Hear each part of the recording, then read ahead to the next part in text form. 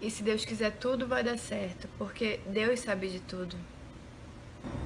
E além de mim, a minha cidade merece também. Muito obrigada.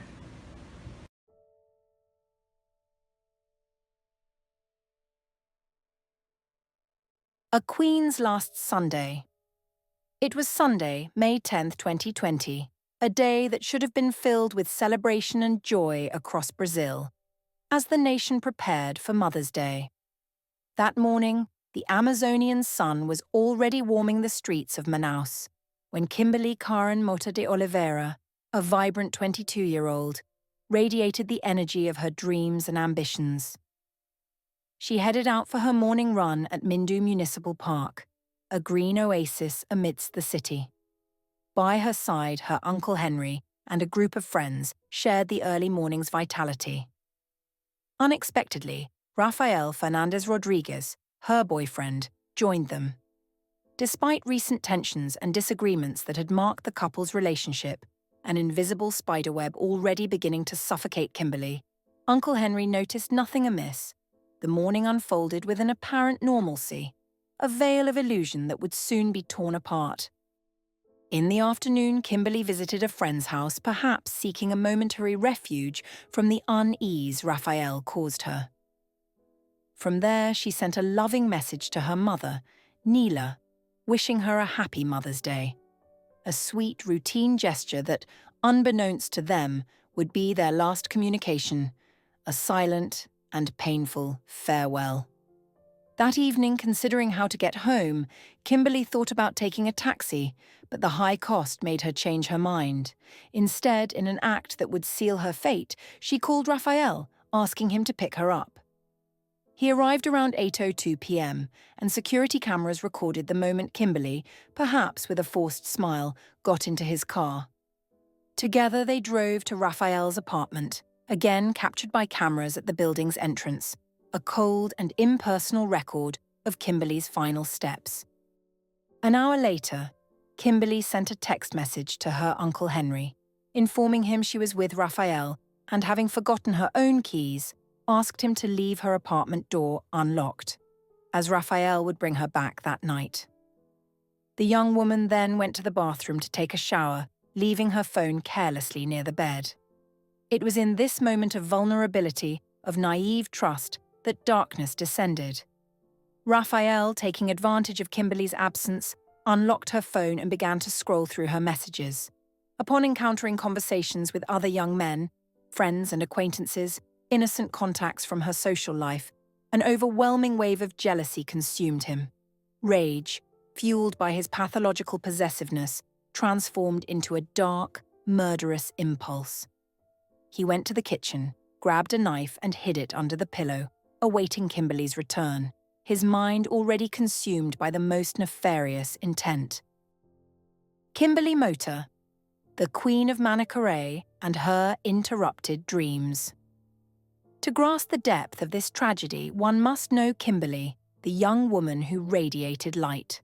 Our story takes us to the state of Amazonas, Brazil, a vast and lush region almost entirely covered by the Amazon rainforest.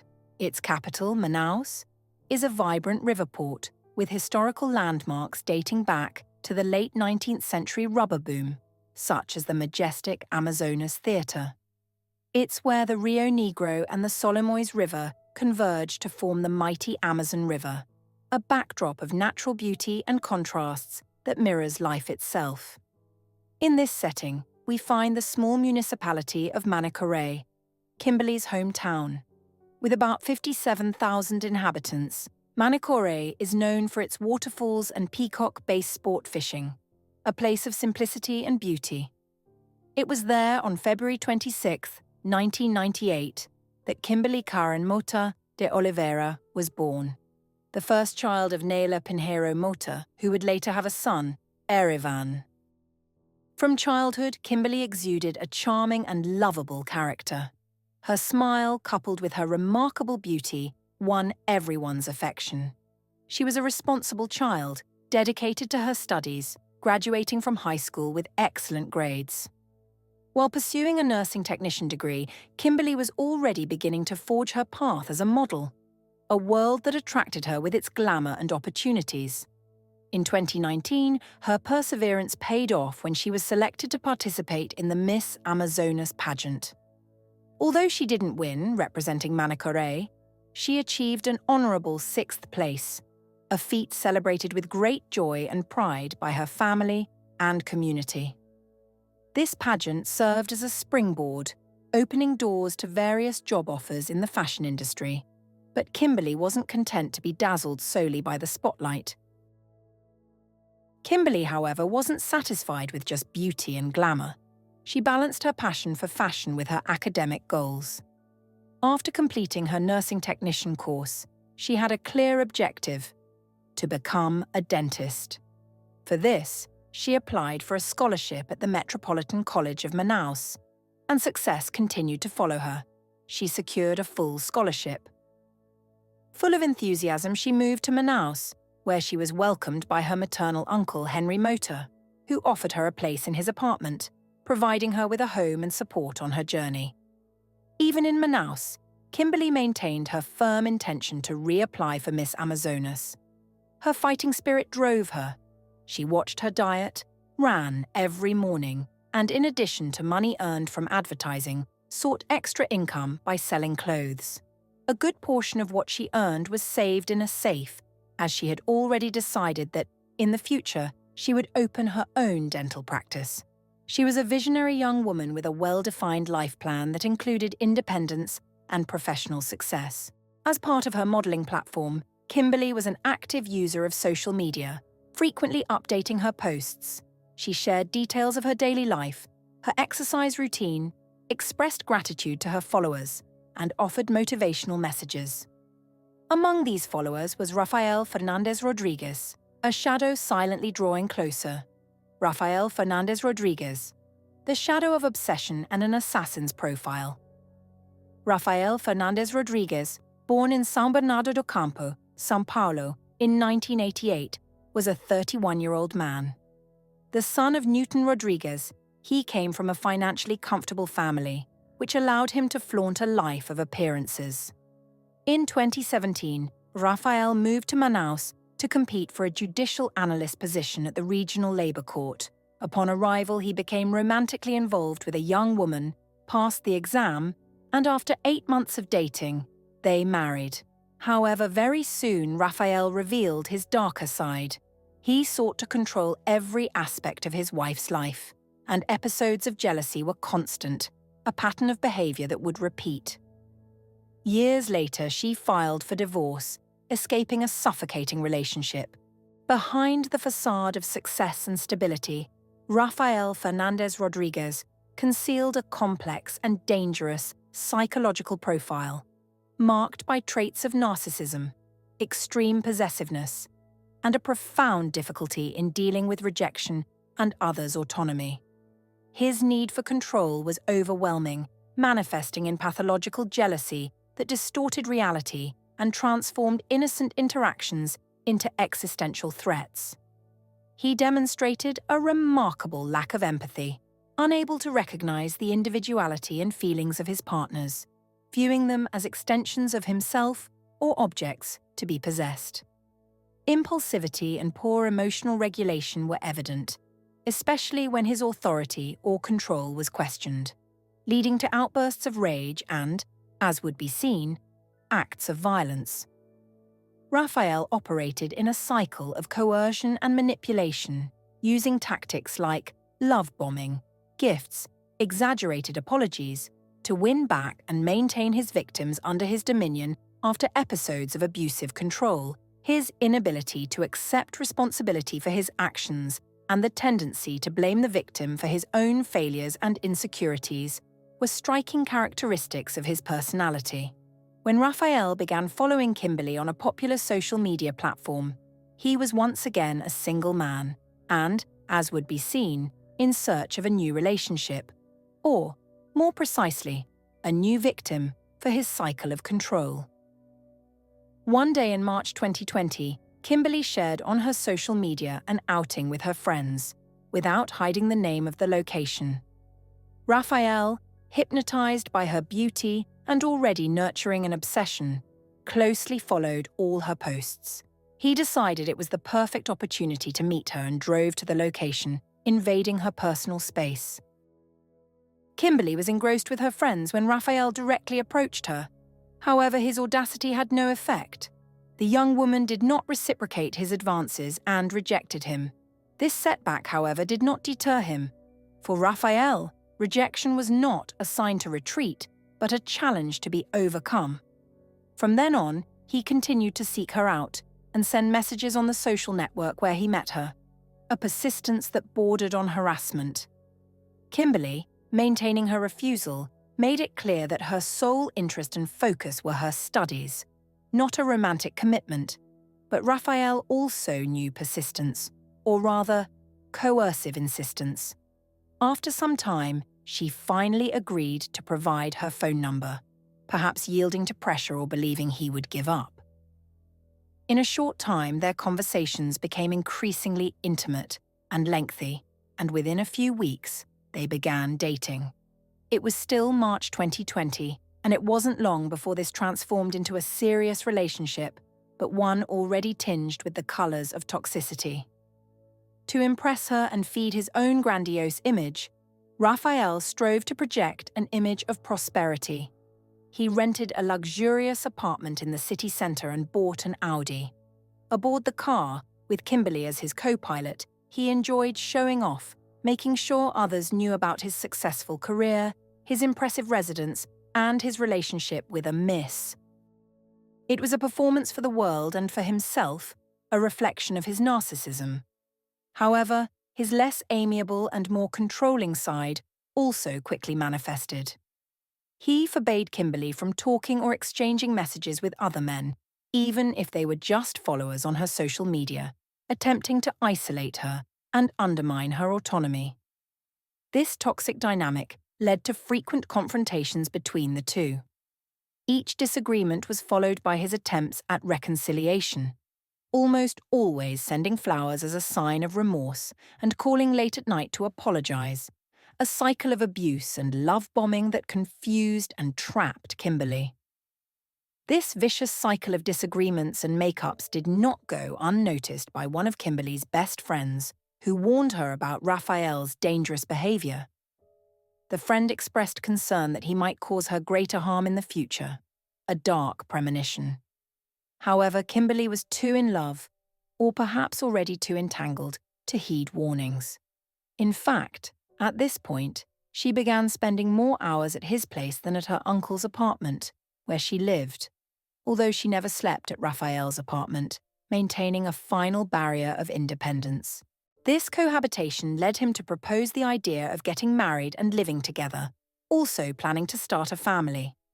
However, none of this was in Kimberly's short or medium-term plans, and she made it known with complete frankness, reaffirming her own dreams and priorities. Her refusal provoked such fury in Raphael that he threatened to leave her, a manipulative tactic to reverse the situation.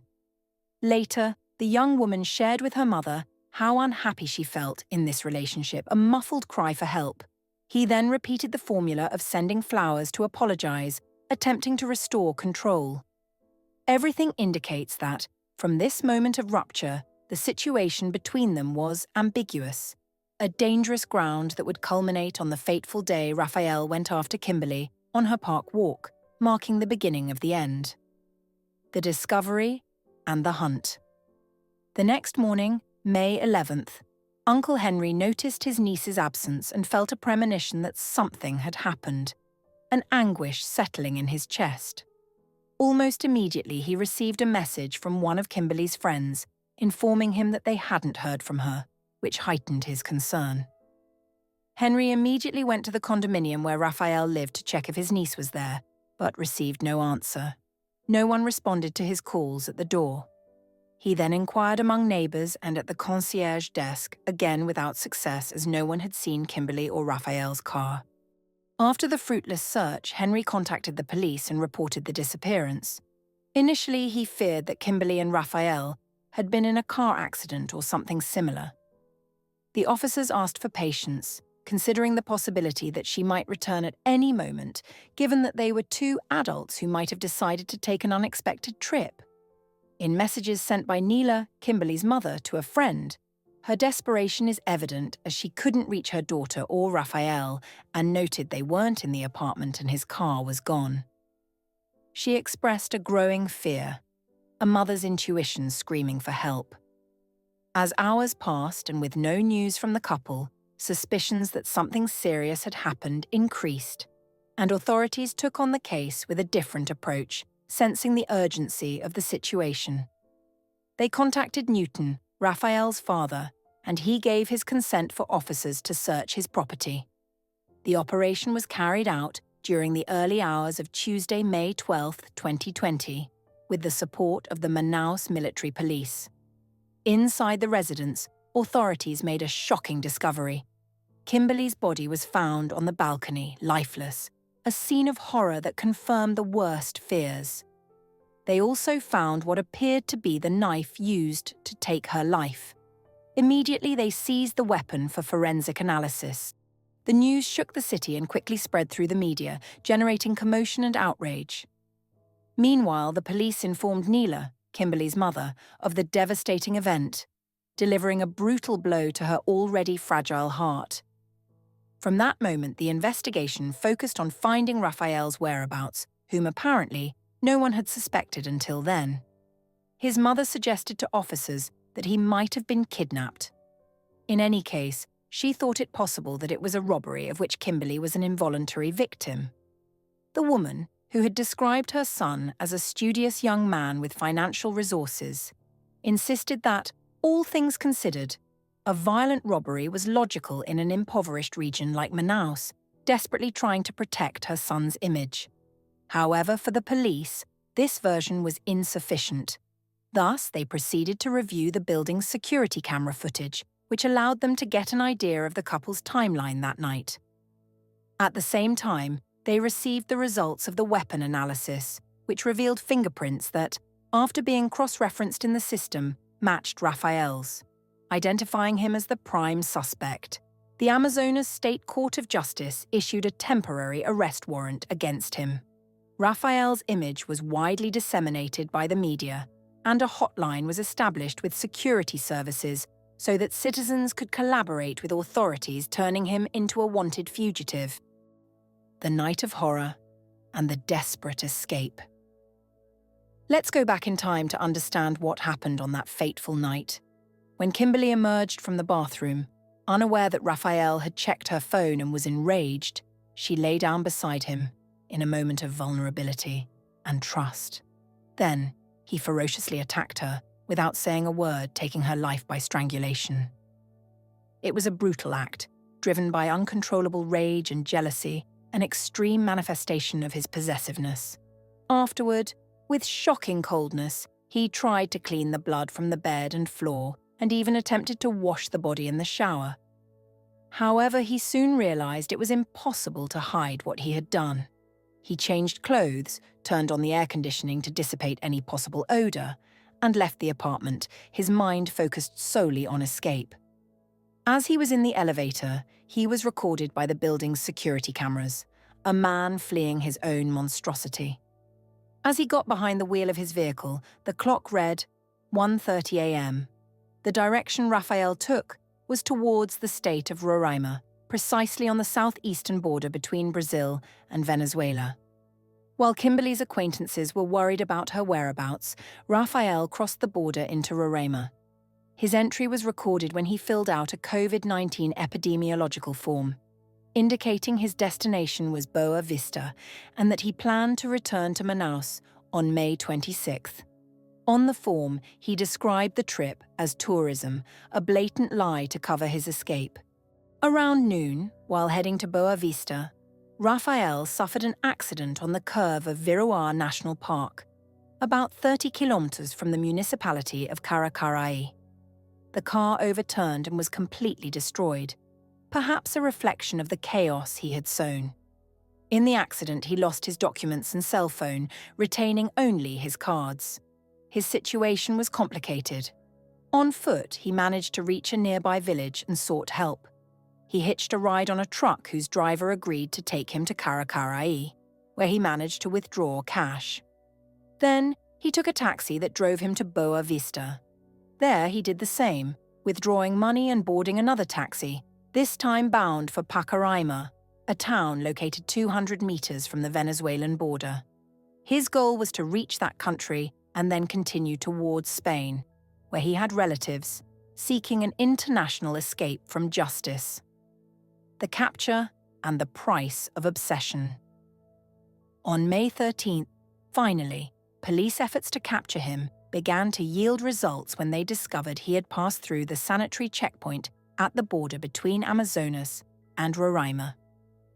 During the search in that area, they found the overturned car on the road south of Caracaraí. From that point, authorities requested the collaboration of the Roraima population to disseminate the suspect's image, expanding the search network. The next day, May 14th, devastated by the news of his son's involvement in the tragic incident, Newton, Raphael's father, succumbed to profound despair. A few hours later, he took his own life, found dead on the subway tracks in Barra Funda, São Paulo. Kimberly's tragedy had spread, claiming another life and leaving a trail of pain and desperation. Meanwhile, on Brazil's borders with Guyana and Venezuela, Raphael's escape attempt involved all three nations. A joint operation between the security forces of the three states was coordinated to prevent him from entering neighboring territory and escaping justice. Ruling out the possibility that he had fled through the municipality of Bonfim, bordering Guyana, authorities concentrated their efforts in Pacaraima, in conjunction with Venezuelan military forces on the other side of the border. The moment Raphael attempted to cross into Venezuela, national forces denied him entry, aware that he was wanted. Raphael then sought refuge from 6 Venezuelan residents in the area, offering them money in exchange. They hid him in a makeshift shack in the forest, in the Morro do Quiabo region. To authorities, it became clear he couldn't have gone far. Then, an anonymous informant provided crucial information to the border military police, indicating where and with whom he was. However, the capture was not easy. Upon arriving at the indicated location, the military police encountered the group of men who were protecting the perpetrator. Armed with machetes, the men attacked law enforcement and sparked a dangerous confrontation. Nevertheless, they were subdued, and finally, on the afternoon of May 15, 2020, Raphael was apprehended inside the shack where he was hiding, putting an end to his desperate escape. Additionally, 2 of the men protecting him, aged 24 and 17 respectively, were arrested, accused of aiding him in his escape attempt. He was transferred to the Specialized Homicide and Kidnapping Police Station in Manaus. Not long after, when authorities confronted him and informed him of all the evidence they had against him, Raphael confessed to the crime, showing no genuine sign of remorse. He was then sent to a local provisional detention center, and the state public prosecutor's office charged him with qualified homicide. After the pain and uncertainty for Neela, Kimberly's mother, it was a relief to know that justice was near, a small light amidst the darkness. In her own words, she felt a strength she didn't even know she possessed, a peace that came from seeking justice for her only daughter. The judicial battle and Neela's legacy. As Raphael's defense argued that the events occurred due to an undiagnosed mental illness, the judge ordered him to undergo psychiatric evaluations. However, a few months later, this line of defense collapsed under its own weight. The expert report indicated that Raphael was mentally sound and therefore fit to stand trial, unmasking the attempt to evade responsibility. The first hearing of the case took place on December 9, 2020, at the Amazonas State Court of Justice. Throughout that day, testimony was heard from 8 witnesses for both the defense and the prosecution. As for Raphael, he chose to exercise his right to remain silent and only answered questions posed by Prosecutor Clara and Judge Anesio, maintaining his evasive posture. On April 12, 2021, after reviewing the case, Judge Anesio determined that Raphael should be tried by a popular jury. Meanwhile, Naila, Kimberly's mother, was fighting a silent and relentless battle against leukemia, a disease that slowly consumed her, but which she refused to let win before justice was served for her daughter. The pain of loss and the fight for justice compounded her own struggle for life, demanding superhuman strength. She strived to be strong and live until justice was done, a purpose that kept her going. On October 27, 2021, the trial began with a jury composed of 4 men and 3 women. The first prosecution witness to be heard was Kimberly's mother, who participated via video conference from a health unit at Getulio Vargas Hospital. Even weakened by illness, she insisted on following the entire trial by camera, from her hospital bed, a testament to unwavering love and resilience. The session continued, and one by one, the testimonies presented by the prosecution and the defense were heard, as were the corresponding expert reports. Next, it was the accused's turn to be questioned. He refused to answer the public prosecutor's questions and only responded to his defense attorney's interrogation. When asked if the cause of Kimberly's death was due to jealousy, the man replied no, and that the reason for his actions was the victim's lies.